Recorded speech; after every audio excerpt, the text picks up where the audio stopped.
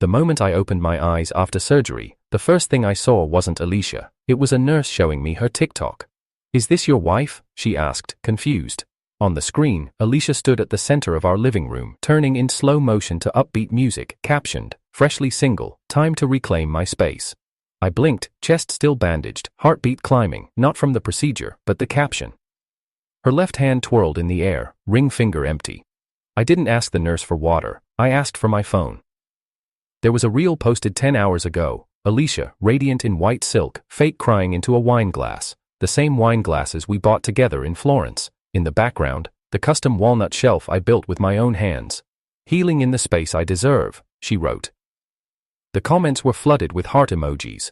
One said, "Girl, I knew he was holding you back." She liked it. Still no calls, no texts, no Alicia. I tapped Daniel's name. My lawyer, my best man, and the only person I trusted when Alicia stopped looking me in the eye. "Reverse everything," I said. My voice was still hoarse from the breathing tube. "The clause I made you draft before surgery, use it." He didn't ask for confirmation, he just said, "Already in motion." 2 weeks before the operation, Daniel had asked me, "You sure you want to sign over joint control of the house before going under?" I smiled weakly and said, "She's my wife, I trust her." He had paused. "You also had me draft a full ownership clause with your name only, you had me keep it sealed, so tell me, Harry, did you really?" I didn't answer then, but as I lay in that recovery bed, watching her twirl in my house like a free agent, I was grateful I had planned for the worst. Day 2 after discharge, Alicia still hadn't called. Angela did. She stood at the door of my hospital room with chamomile tea and silence. She didn't ask questions. Just placed the cup beside me and sat down. After a moment, she unlocked her phone and showed me something. Alicia's newest story. She was in a towel, standing in our marble bathroom. "This tub hits differently when you're alone," she wrote, panning slowly over rose petals and dim lights. I recognized the scent diffuser. I had imported it from Japan for her birthday.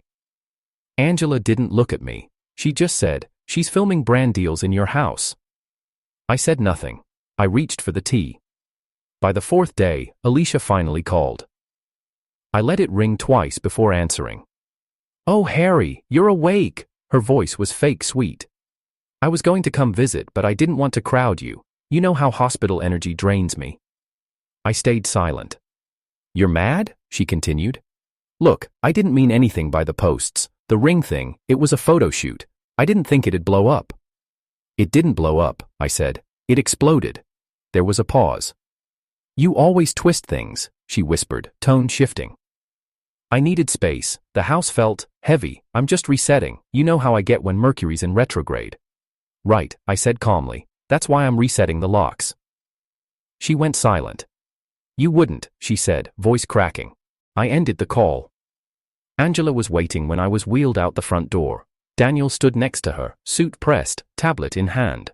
"Papers are filed," he said. "Full reversal. You are sole owner of the property again, effective as of an hour ago. Locksmith is on site." Angela opened the passenger door without a word. As the car pulled away from the hospital, Daniel leaned back and looked at me. "She's alive right now," he said. "Filming in your kitchen. Do you want to make this public?" I closed my eyes for a second, then opened them. "No," I said. "I want to make it personal." Harry never liked being the center of attention. Even as the youngest project lead at a major architectural firm, he preferred speaking through structures, clean lines, hidden support, function first. But Alicia, she was the opposite. Every room she walked into bent to her light. That's what drew Harry in. They met during a winter gala for emerging design talent. Harry had no intention of attending. His supervisor forced him. "If you don't go, the board won't know your name." He stood by the coffee table most of the night, wearing a suit a size too tight, holding a glass of wine he didn't drink. Alicia appeared in a backless emerald dress, laughter louder than the jazz band. She wasn't an architect, she wasn't even in the design world, she was there with someone else, a sponsor, apparently, but she locked eyes with Harry from across the room, walked over like they were long-time friends, and said, "You look like you hate everyone here." Harry looked at her calmly. "I'm just here for the free minutes." She burst out laughing, leaned in close, and whispered, "Then let's steal all of them and leave." He didn't know how to say no to her from the very first moment. That was his curse, and Alicia knew it. They started dating fast. She posted their first date picture before dessert arrived. A selfie of her sipping espresso across from Harry's confused face. The caption read, "Meet cute meets future husband." Within weeks, she'd moved into his small loft. Within 6 months, he was sketching a custom home design for someday. And within 2 years, Alicia was giving Instagram tours of our journey as a creative couple building a legacy. Angela, Harry's former classmate and now a structural consultant, had helped him with the engineering on the house. She kept her distance once Alicia entered the picture. Too smart not to. "She's ambitious," Angela had said quietly during one site visit. "But are you sure she loves you and not the story?" Harry didn't answer. He didn't like analyzing people. He built things that stayed. When the house was completed, it was a masterpiece. 2 stories, glass skylights that bathed the hall in morning gold, a hand-carved fireplace mantel Alicia insisted should say, "Start with love," her personal mantra. Harry had etched it in himself. Every inch of that home had his fingerprint. But the furniture, the lighting, the presentation, that was Alicia. She decorated for the algorithm, not for comfort. Everything was curated, filtered, bathed in rose-toned marketing. She grew her following fast. Sponsored candles, sleepwear partnerships. Wife of a builder, living the dream. Harry didn't mind, at first. She began calling him the quiet genius. He watched as Alicia transformed their private life into public content. He wasn't tagged in most posts, except for a rare anniversary. When he confronted her, she would laugh. "You don't want to be online, babe. You told me that 100 times." She wasn't wrong, but being erased felt different than being private. Angela stayed in touch, quietly. Once every few months, she'd check in. Still building or just surviving? Harry always answered, both. The first real crack in their marriage came during Alicia's rebrand. She had just crossed 500K followers and announced that she was going from lifestyle influencer to space identity coach.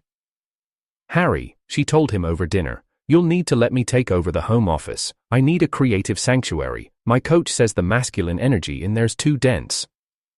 He looked at her, confused. "That's my workspace. All the project drafts are in there."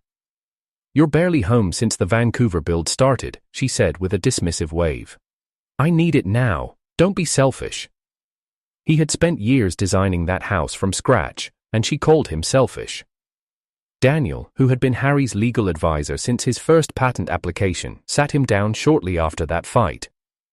"Draw up emergency clauses," Daniel said, "just in case. You're not a cynic, but you are too trusting."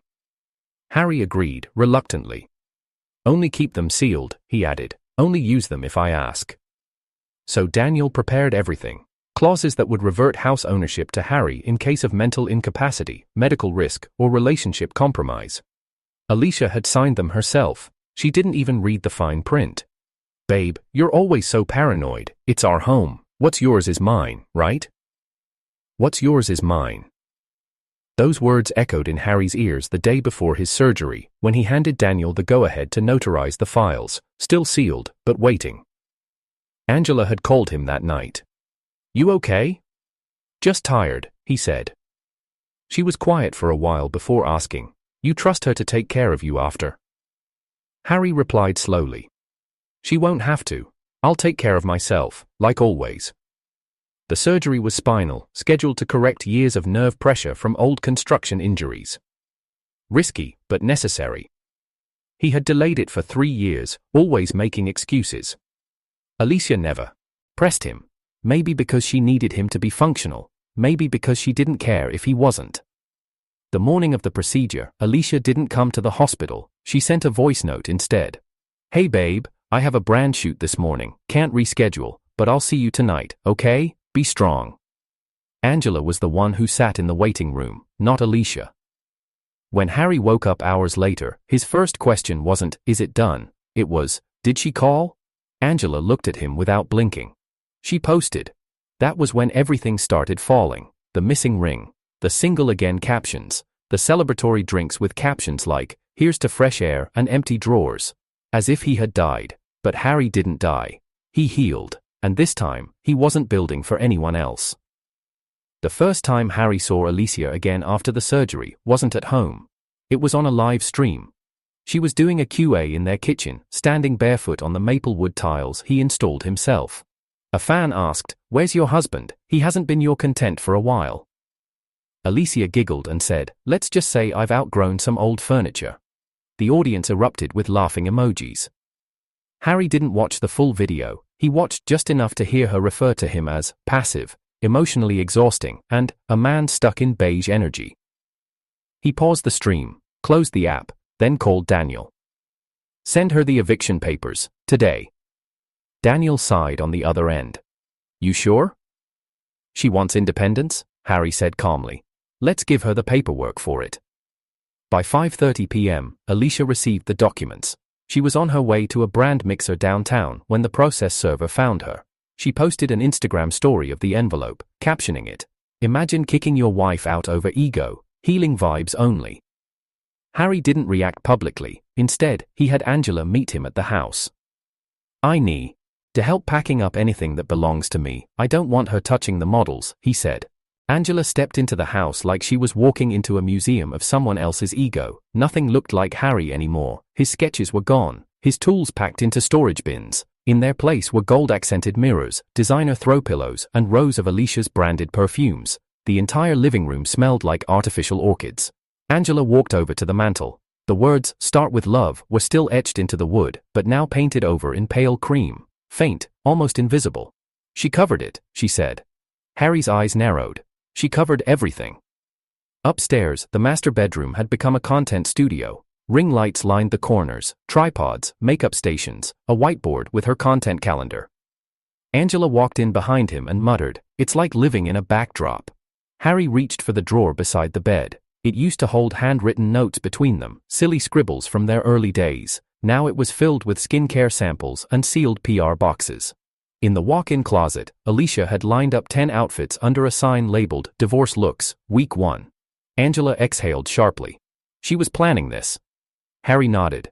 Even the breakup was part of her brand. Later that evening, Alicia came back unannounced.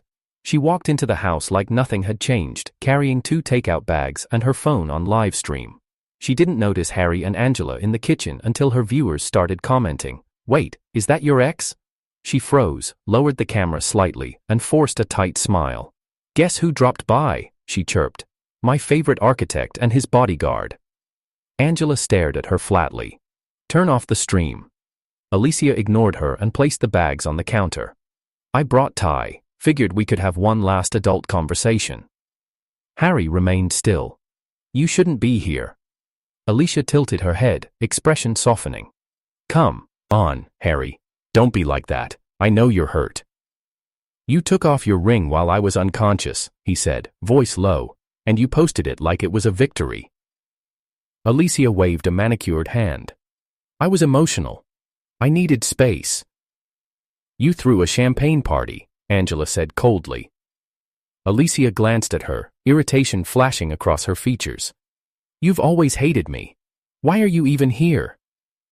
"I'm here," Angela said, "because someone had to care about him." That silenced the room. Alicia's lips tightened. "I never cheated on you," she said suddenly, eyes locking with Harry's. "I know you're thinking it, but I didn't." Harry didn't flinch. "You didn't need to. You discarded me in public, and you enjoyed it."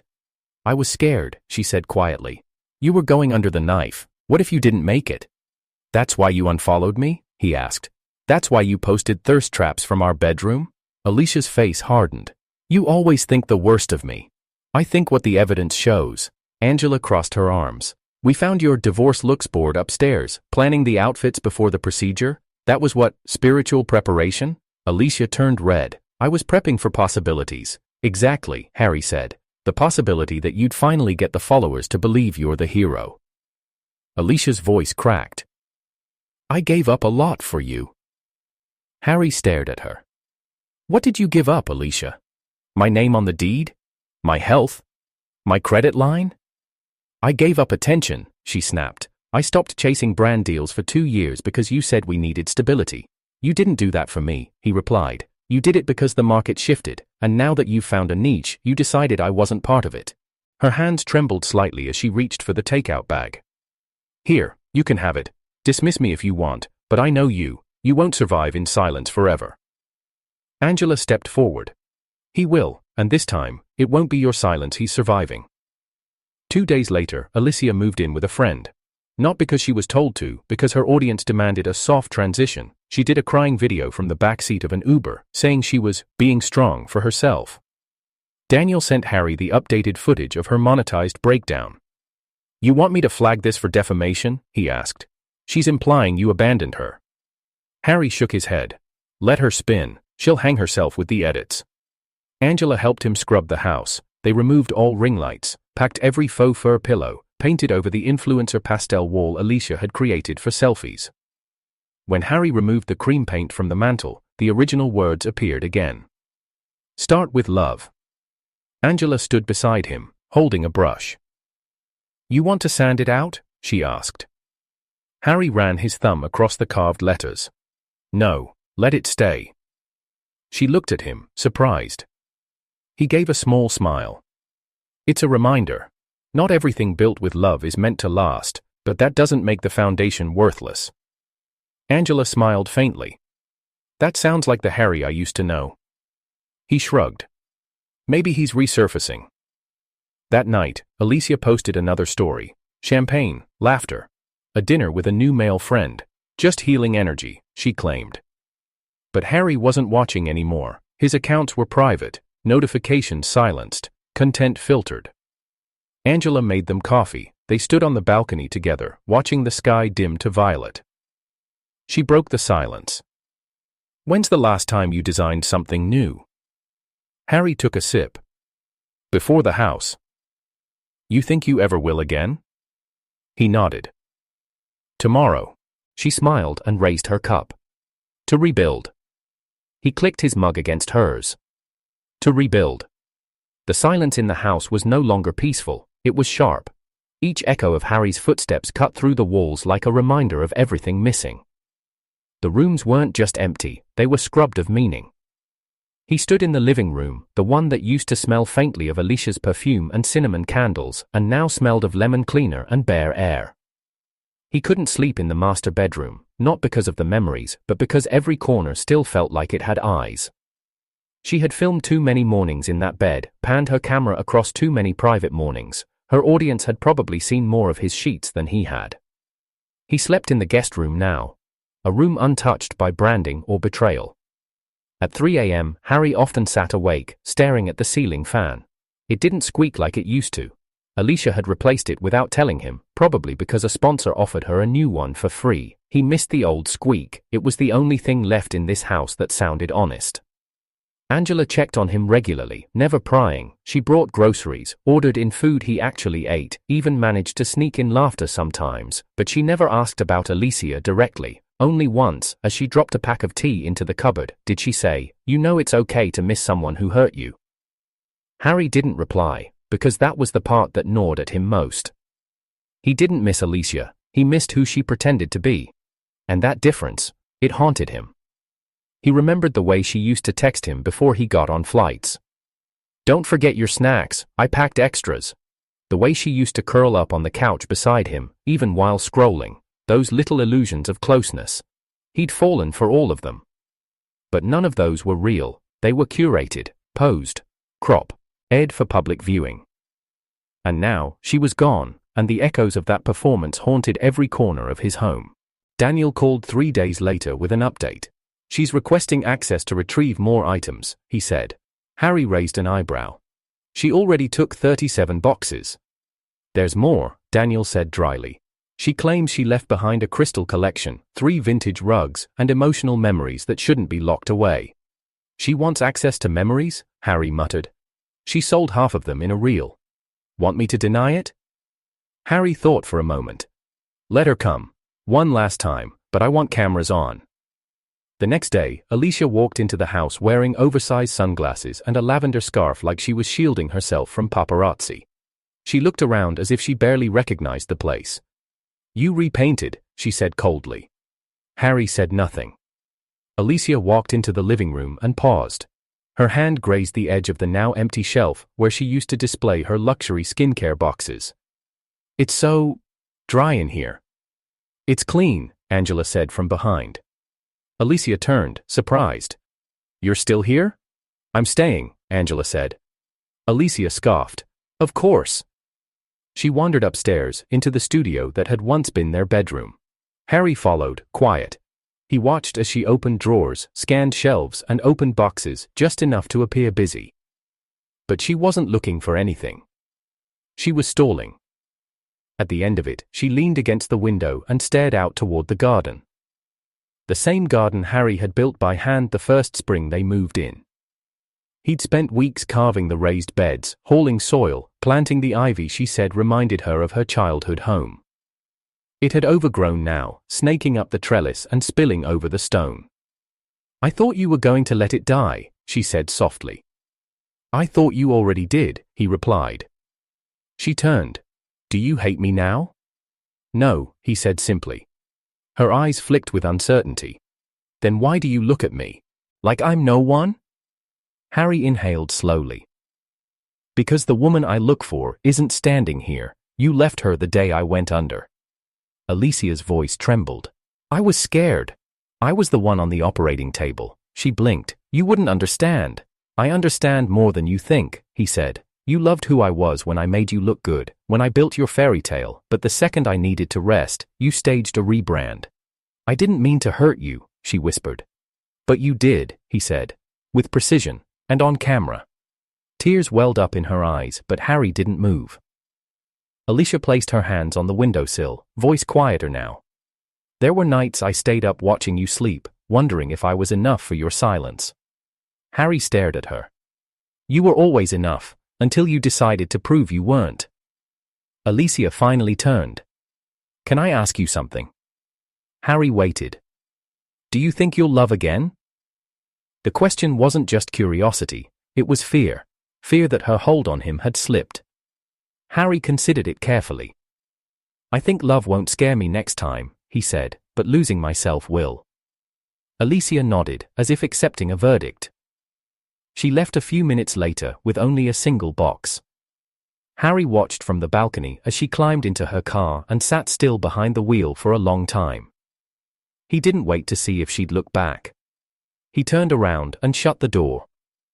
That night, Harry sat by the fireplace, the same one she used to pose in front of during winter, wearing cashmere robes and holding mugs of tea she never drank. Angela entered quietly, holding a folder. The final audit is complete, she said.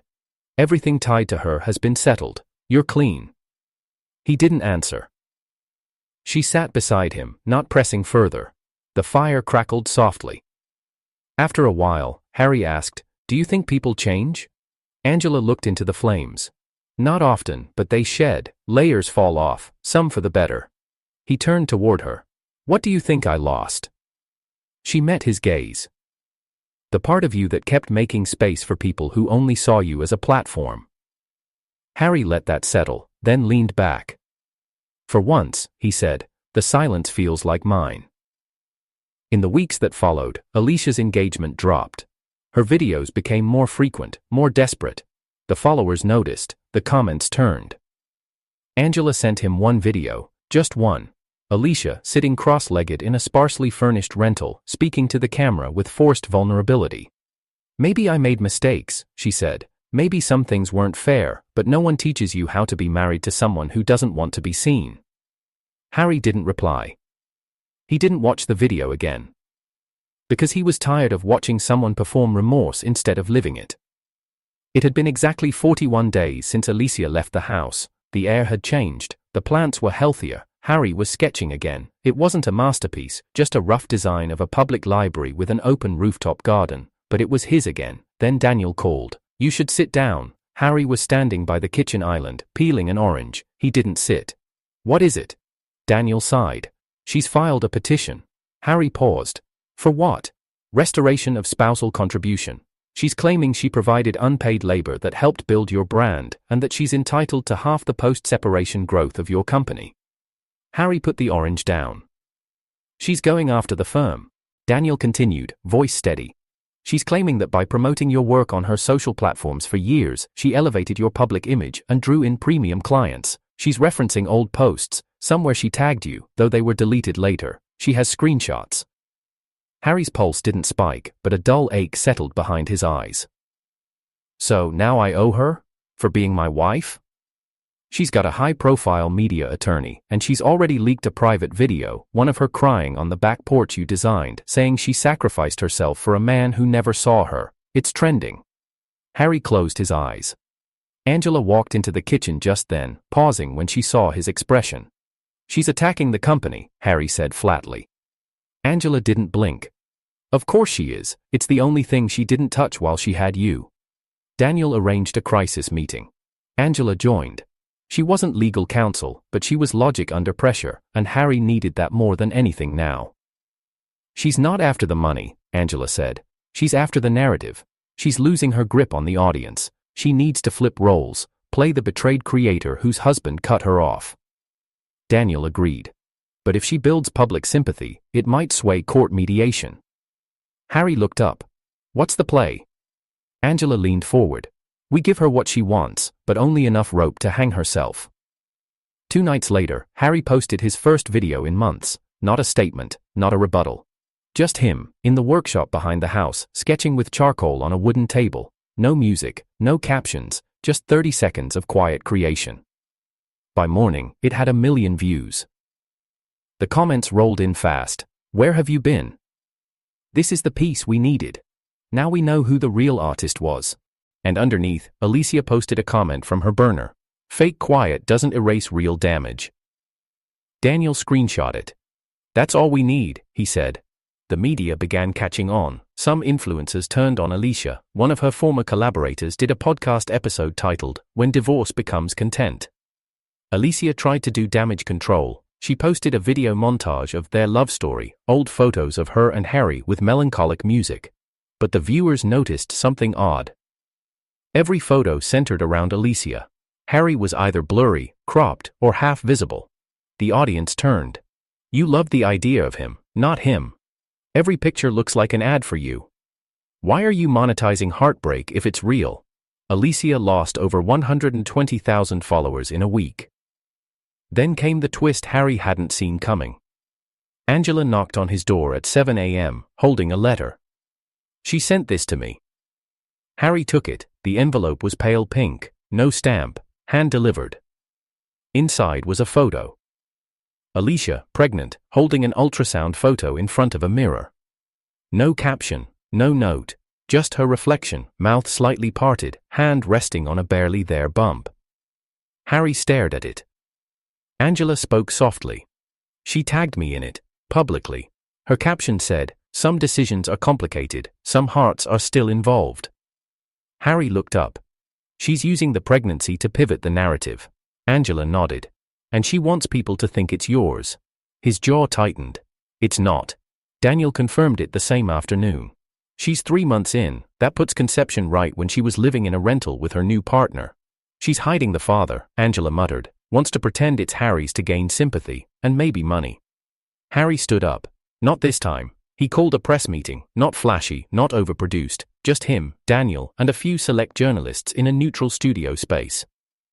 Harry didn't bash Alicia, he didn't reveal private texts, he didn't even mention the child.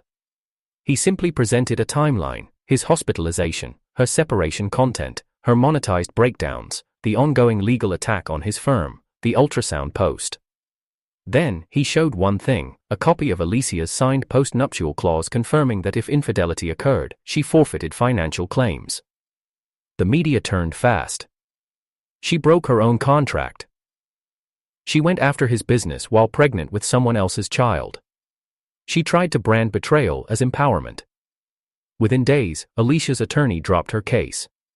But she didn't stop posting. Now her videos came from a smaller apartment, lighting dimmer, voice more tired. She cried more, smiled less, viewers were no longer buying it. She was no longer the muse, she was just a lesson.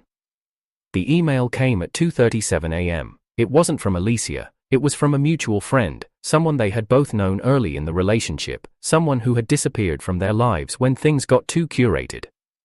The subject line was blank. The message contained only a link. Harry clicked. It opened a video. The scene, a dimly lit kitchen. The audio, soft weeping.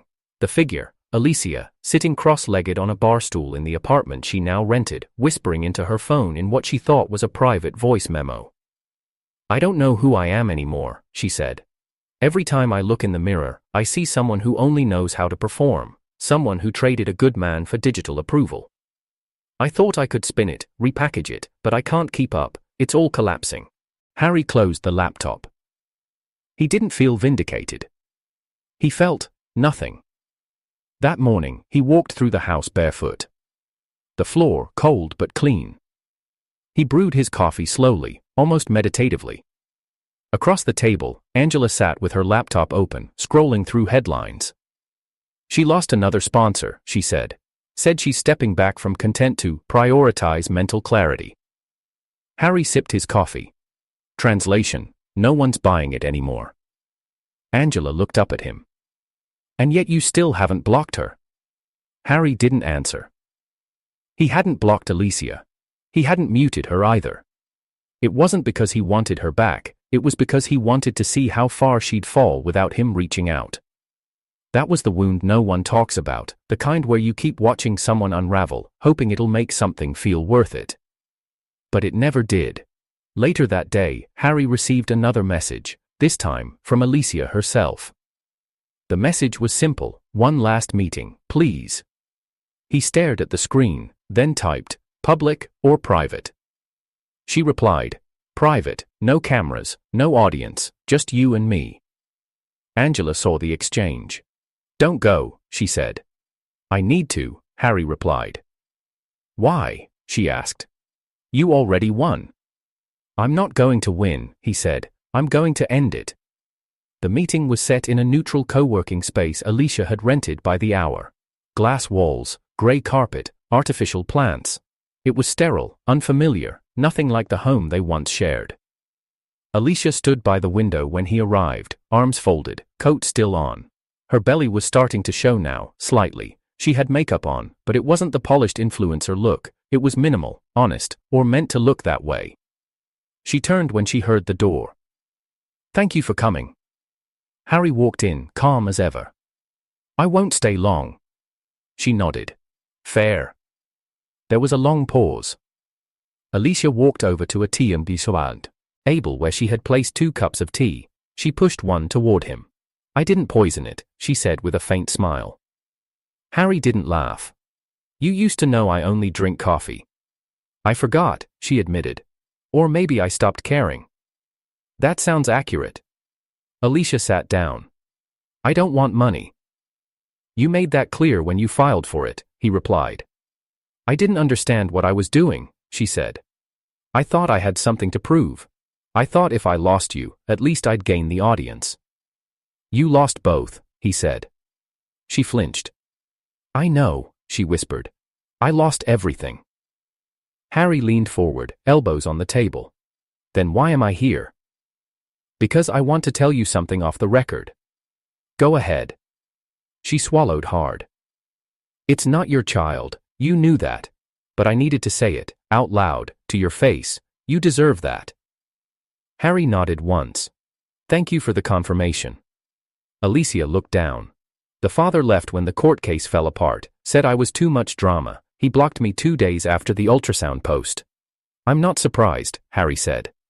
Alicia looked up, eyes tired. "But I'm keeping the baby." Harry blinked, that he didn't expect. "I've decided to do it on my own," she continued. "No more sponsorships, no more staged posts. I don't want my child's first image to be for likes." He stared at her. "You think saying that makes this better?" "No," she said quickly. "I'm not looking for redemption." "Then what?" "Closure," she said. "And something else." She reached into her bag and pulled out a velvet pouch. She opened it slowly, revealing a small object, his wedding ring. "I found it in the drawer," she said. "The day I filmed the reel, I took it off and dropped it inside without thinking.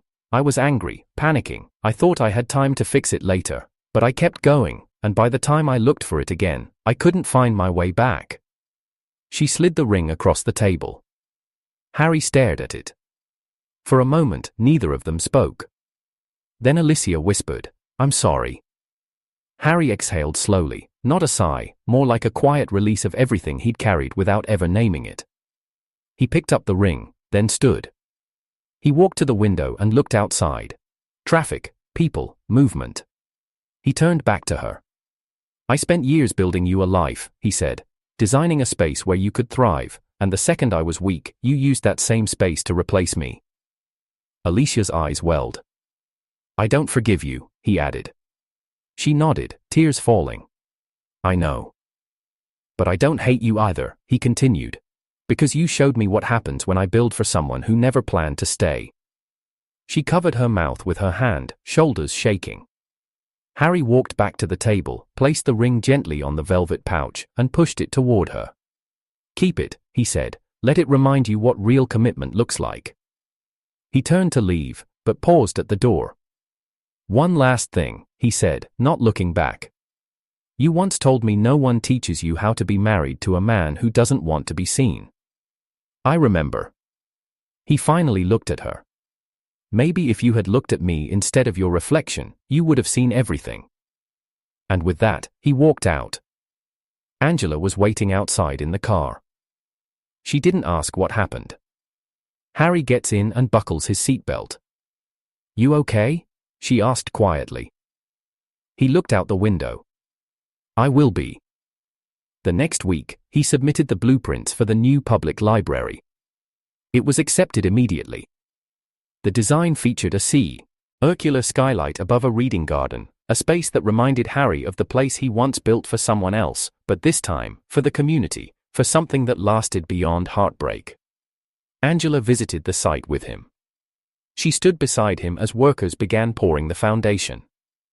You know, she said, you're still building love stories, you've just stopped confusing them with people. Harry smiled. Exactly. 3 months after their final meeting, Harry released a book. It wasn't announced in the press, no influencers, no partnerships, no launch party. Just a quiet link on his firm's website, listed under projects, personal. The title was simple, Renderings of Silence. Inside were drawings, floor plans, and narrative notes. 10 homes designed for people who lost something. Partners, identities, control. The book didn't mention Alicia by name, but the dedication said everything. To those who mistook performance for love. May you learn to build without mirrors. Angela found it poetic, Daniel found it tactical, but the internet, it found it explosive. The book went viral within 48 hours. Architects praised its emotional engineering, reviewers dissected the metaphors in each blueprint, readers highlighted the subtle echoes of betrayal, stairs that didn't lead anywhere, windows that looked in instead of out. And the audience? They remembered Alicia, they remembered the champagne, they remembered the ring. Screenshots of her old posts resurfaced, now viewed through the lens of a man who never responded, only rebuilt. Her past captions, fresh air never felt so good, start of a new me, were stitched onto Harry's blueprints as ironic overlays by fan accounts. Entire threads analyzed how each room in his book symbolized what she tried to erase. Alicia responded with silence at first, but eventually she posted a video. I saw the book, she said, eyes lowered, and I know I'm the ghost inside it. Her voice trembled. I won't pretend I didn't destroy something sacred. I did. I mocked a man who built me shelter, and I turned it into a set piece. I deserve what's coming. It almost looked like remorse, but the comments weren't buying it. You deserve more than a lost audience. He didn't ruin you, you filmed it. Apology after monetization isn't healing. Within a week, 3 of her remaining sponsors cut ties.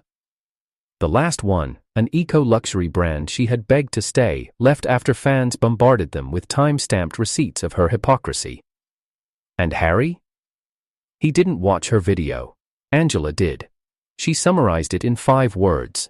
She's out of moves, Harry. He didn't smile, just turned back to the model he was building, a childcare center, in a district where no one had ever built one before. Then came the final card, the one Harry had reserved like a final checkmate.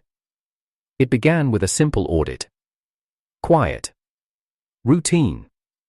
Daniel arranged it through his contact at the city office, a retroactive report on influencer revenue disclosures and residential zoning usage. Because while Alicia had claimed her content studio was temporary and that her income was lifestyle-based, Harry's house, legally still under his zoning name, had been used for commercial filming for over a year. The Vidence was everywhere, in her reels, in her brand contracts, in the geotag tags that placed paid partnerships inside a private residential address, a violation of zoning laws and tax codes. Daniel handed Harry the file one afternoon. "If we submit this," he said, "they'll open an inquiry. She'll be liable for back taxes, zoning penalties, and possible license fraud." Harry didn't hesitate. "File it." 2 weeks later, Alicia received an official notice. The house she once claimed in every caption, every thumbnail, was now the reason for a $280,000 penalty. Her new apartment? Seized under court order until she resolved the case. Angela didn't celebrate, neither did Harry. But when the news hit social media, the audience, who had once blindly cheered her glow-ups, now flooded the comments with bitter poetry. "She took off the ring, now the system takes her signature. You monetized your lies, now the IRS wants a cut." Alicia made one final post. No makeup, no filters, just her, holding her stomach. "Alone. I thought I could outsmart everything. I was wrong." Harry didn't respond, but Angela leaned over his shoulder and whispered, "Closure?" Harry shook his head. "Consequence." 1 month later, the childcare center opened. At the ribbon-cutting ceremony, local officials praised the design. It featured soft edges, indirect sunlight, soundproof rest areas, and playrooms that encouraged emotional recovery through color and spatial flow. One reporter asked Harry what inspired it. "Years of silence," he said, "and the realization that not all things need to be loud to be meaningful." Angela stood beside him, holding blueprints and smiling quietly. The crowd applauded. And across the street, hidden under sunglasses and a cap, Alicia stood with her arms folded across her chest. She didn't say anything, she didn't walk up, she didn't cry. But she watched as people celebrated a man she once dismissed as too quiet, and that was the final revenge. Not the house, not the money, not the silence. But the undeniable truth that when everything fell apart, Harry was the one who kept building, and she? She was just another unfinished room.